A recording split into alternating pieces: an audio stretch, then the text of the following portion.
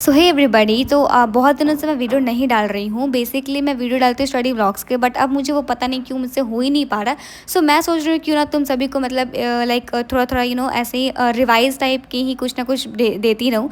तो यहाँ पर सबसे पहले मैं करने वाली हूँ फार्मूला सॉल्यूशन चैप्टर के, और तुम सब इसे आसानी से समझ भी सकते हो और लिख भी सकते हो। तो ना हम लोग स्टार्ट करते हैं। तो सबसे पहले हम लोग करने वाले हैं जो पहला फार्मूला है वो है मास परसेंटेज। इसका फार्मूला क्या होता है? तो इसका फार्मूला होता है mass of solid by mass of solution into 100।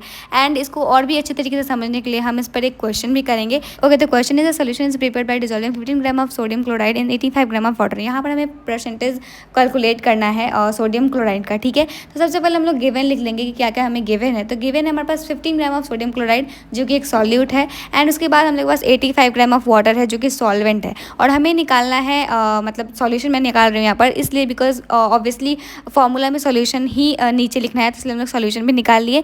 Solution कैसे निकलता है? सॉलिड प्लस सॉल्वेंट करेंगे तो 100 ग्राम आ जाएगा। नाउ हम लोग फॉर्मूला लिखेंगे और उन सभी में सबके वैल्यू को पुट कर देंगे एंड फाइनली आंसर आ जाएगा। And I am really sorry, यहाँ पर थोड़ा सा वीडियो कट गया है, मैंने देखा नहीं ध्यान से।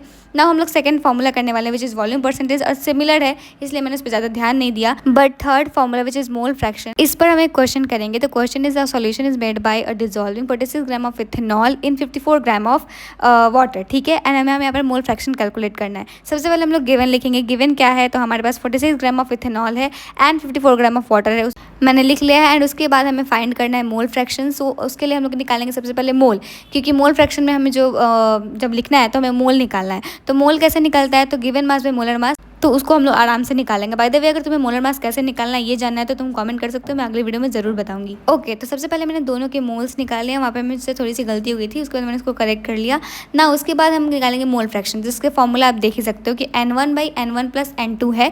N1 यहाँ पर क्या है? तो N इथेनॉल, एंड फिर N ethanol plus N water. Okay, so N ethanol क्या है हमारे पास? 1, एंड एथेनॉल फिर से 1 एंड देन 3। तो हम लोग 1/4 करेंगे और इसका आंसर लास्टली हमारा आंसर आ जाएगा। बाय द वे, अब फॉर्मूला आगे करते हैं। तो हमारा 4 एंड 5 है molarity and molarity.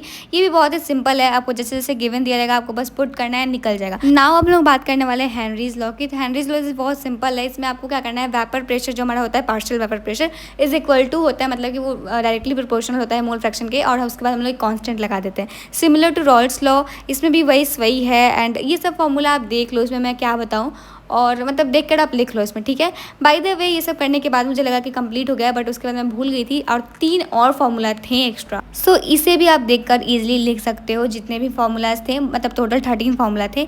And by the way guys, एक और चीज़ मैं आप सभी को बोलना चाहती हूँ कि जैसे कि आपने यहाँ पर देखा कि मैंने कुछ फॉर्मूलाज के क्वेश्चन मतलब करवाए। अगर आपको सारे फॉर्मूलाज के क्वेश्चन चाहिए तो आप कमेंट कर सकते हो, मैं अगले वीडियो उसी पे बनाऊंगी। तब तक के लिए